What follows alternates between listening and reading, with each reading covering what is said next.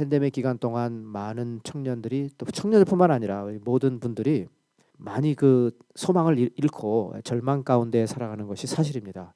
믿음의 선배들 역시 어느 누구 못지않게 불확실하고 불투명한 미래를 살았던 분들이지만 끝까지 그 복음을 전해야 된다는 것과 또 하나님을 믿으면 하나님께서 소망을 주신다는 그 부분을 끝까지 붙잡았기 때문에 이렇게 어려운 상황 속에서도 귀한 열매를 맺지 않았을까 싶습니다.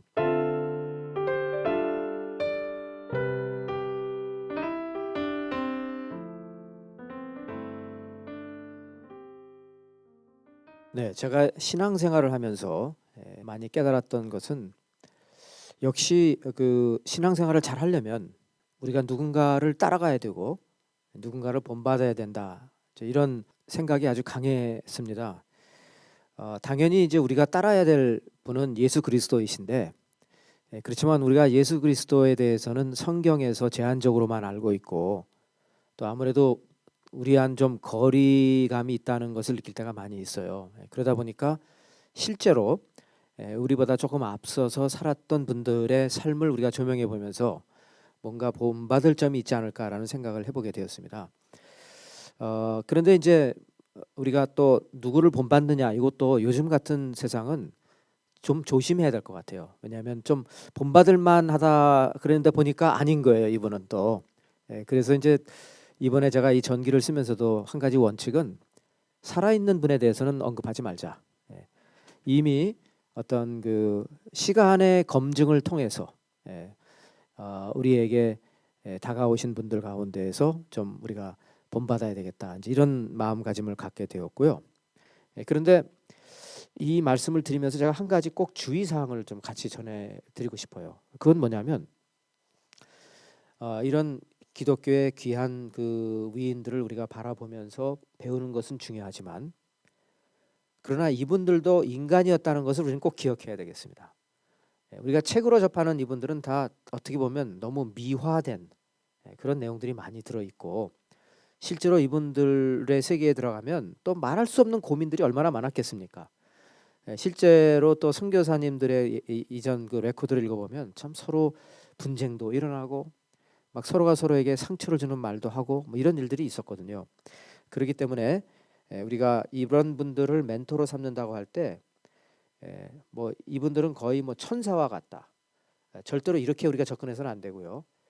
인간이고 다 허물이 있음에도 불구하고 그래도 우리가 그분들에게서 좀 더 배울 수 있다면 배우고 해서 우리의 삶에 도전이 되었으면 좋겠다라는 말씀을 드리고 싶어요.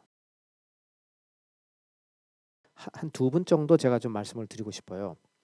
한 분은 짐 엘리어트와 또 그의 부인 엘리자베스 엘리어트에 대한 이야기입니다. 제가 책에서도 언급을 하지만 저는 이제 이분들에 대해서는 1984년에 그 큰 아주 영적 집회에 갔다가 처음으로 짐 엘리어트의 순교 사건에 대해서 접하게 됐고요.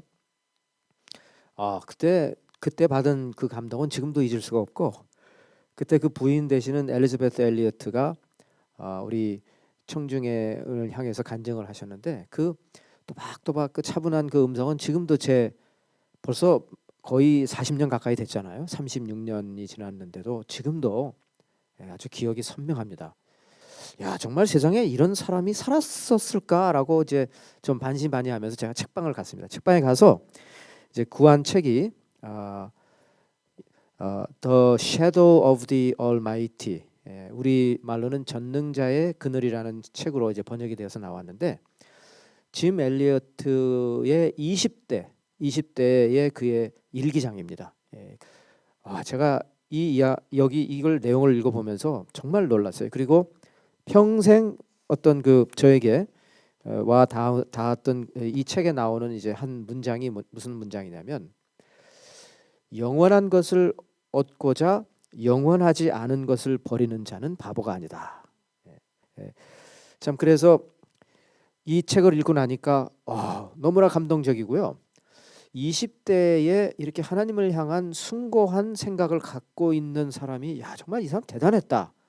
그 다음 책이 이제 그 The Gates of Splendor, 영광의 문이라고 번역이 됐는데 이제 그 두 번째 책은 5명의 선교사가 아우카 인디안 그 마을에 들어가서 복음을 전하다가 이제 창에 찔려서 순교하는 아주 디테일한 내용을 적은 책이 두 번째 책입니다. 그러고 나서 보니까 책이 또 한 권이 시리즈가 있더라고요. 세 번째 책은 제가 갖고 왔는데 The Savage My Kinsman이라는 제목으로 나온 책입니다. 이 책에서는 이제 남편이 살해당하고 난 다음에 이제 다시 정신을 차리고 부인 엘리자베스가 그 당시에 2살 된 벨러리를 데리고 그 자기 남편을 살해한 그 마을에 들어가서 직접 사는 거예요. 살면서 그 죽인 사람도 만나보고 왜 죽였는지도 알게 되고 언어를 배워서 그 부족 말로 성경을 번역하는 작업을 합니다.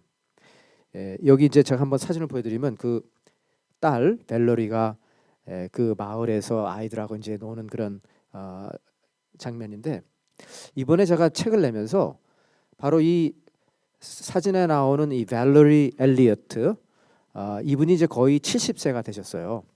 그래서 이분을 제가 페이스북에 친구가 돼가지고 그래서 이분에게 그 좀 사진을 좀 이 책에 써도 되냐는 허락을 받았습니다. 네, 그랬더니 이제 이분이 참 기뻐하시면서 우리 부모님의 이야기를 더 많은 젊은 이들에게 좀 전해달라고 부탁을 하셨죠. 83년 크리스마스 때 이제 제가 이 처음으로 접했고 84년에 이 책을 3권을 연달아 읽었는데 읽고 나니까 가슴이 뛰고 도저히 이대로 있을 수는 없다 해가지고 저도 그때 막 결혼했었어요. 아내한테 설득을 해서 아마존 정글을 갔죠. 여름에 한 2달 반 정도 아마존 정글에 가서 그 실제로 저도 한번 짐 엘리어트처럼 한번 복음을 전해보겠다고 참 그때 너무나 귀한 경험이었습니다. 그래서 그 1984년 여름은 정말 짐 엘리어트의 영향이 저의 삶 속에 아주 강하게 있었던 그런 해였고 지금까지도 이런 책들은 제 서재에 아주 귀한 책들로 남아 있습니다. 허슨 테일러의 경우는 이제 그분이 늘 주장했던 아주 중요한 이야기가 무엇이냐면 우리가 하나님의 뜻을 하나님의 방법대로 반드시 한다고 할 때에는 하나님께서 우리의 필요한 모든 것을 책임져 주신다는 겁니다. 사실 그 허슨 테일러의 멘토는 조지 뮬러였습니다. 조지 뮬러는 브리스톨, 영국 브리스톨에서 수백 명의 고아를 기도로 먹여 살린 사람이죠. 기도하면 정말 기적적으로 누가 빵을 하나 가득 문 앞에 갖다 놓고 그리고 이제 허슨 테일러가 사실은 중국에서 몇 년을 사역을 하다가 번아웃이 되고 몸이 안 좋아서 돌아왔거든요. 돌아와서 이제 그가 보니까 그 당시에 선교 체제의 모순 중에 하나가 뭐냐면 현지에서 선교사들이 굉장히 열심히 일을 하고 있는데 현지의 중요한 선교적인 결정은 전부 다 본국에서 후원자들이 내리고 있다라는 거예요. 그러니까 본국의 후원자들의 어떤 돈을 갖고 있다는 것이 일종의 칼자루를 쥐고 있는 거거든요. 우리 말 안 들으면 후원금 안 보내줘. 이제 이런 식이 돼버리니까 허슨 테일러가 고민을 많이 한 겁니다. 그리고 그 당시에는 배로다가 모든 편지가 이제 전달되고 했는데 선교부에다가 뭘 부탁을 하면 이게 답이 오는데도 반년, 1년이 걸리는 겁니다. 어느 세월에 중국에서 선교하는 사람들이 발빠르게 대응을 하며 선교를 할 것인가. 그래서 허슨 테일러는 이 자체가 모순이다. 그러므로 선교의 결정은 현지에서 내려야 된다. 근데 그렇게 나가려고 하니까 그러면 본국의 후원에 대해서는 더 이상 자신 있게 말할 수가 없는 겁니다.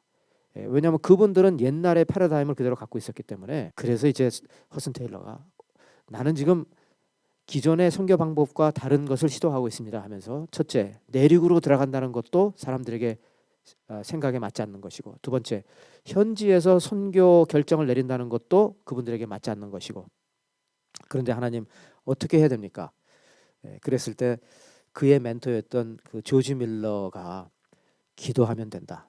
기도하면 하나님께서 책임져 주신다는 그 말씀 그대로 믿고 시작한 것이 이제 소위 말하는 믿음 선교, 영어로 faith mission이라는 거예요.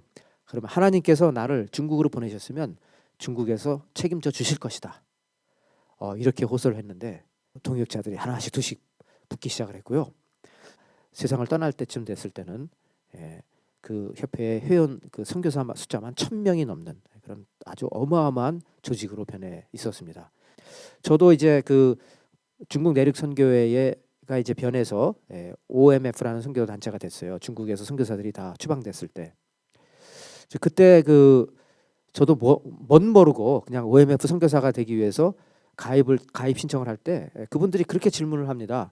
우리는 믿음 선교를 하는데 괜찮으시겠습니까? 전 뭣도 모르고 괜찮다고 했는데 나중에 알고 보니까 이것이 바로 허슨 테일러의 펀드레이징을 그대로 따라가야 되는 겁니다. 절대로 친구들에게 또 교회에 나의 어떤 재정적인 그 필요를 말하지 않고 하나님께 기도하면서 펀드레이징을 해야 되는데 처음에는 굉장히 힘들었지만 제 책에서도 자세히 설명을 합니다만 결국 그 방법대로 하니까 넘치도록 주시더라고요. 네. 그래서 저는 허슨 테일러를 통해서 직접 저의 그 선교사의 삶에서도 임팩트를 받게 되었습니다.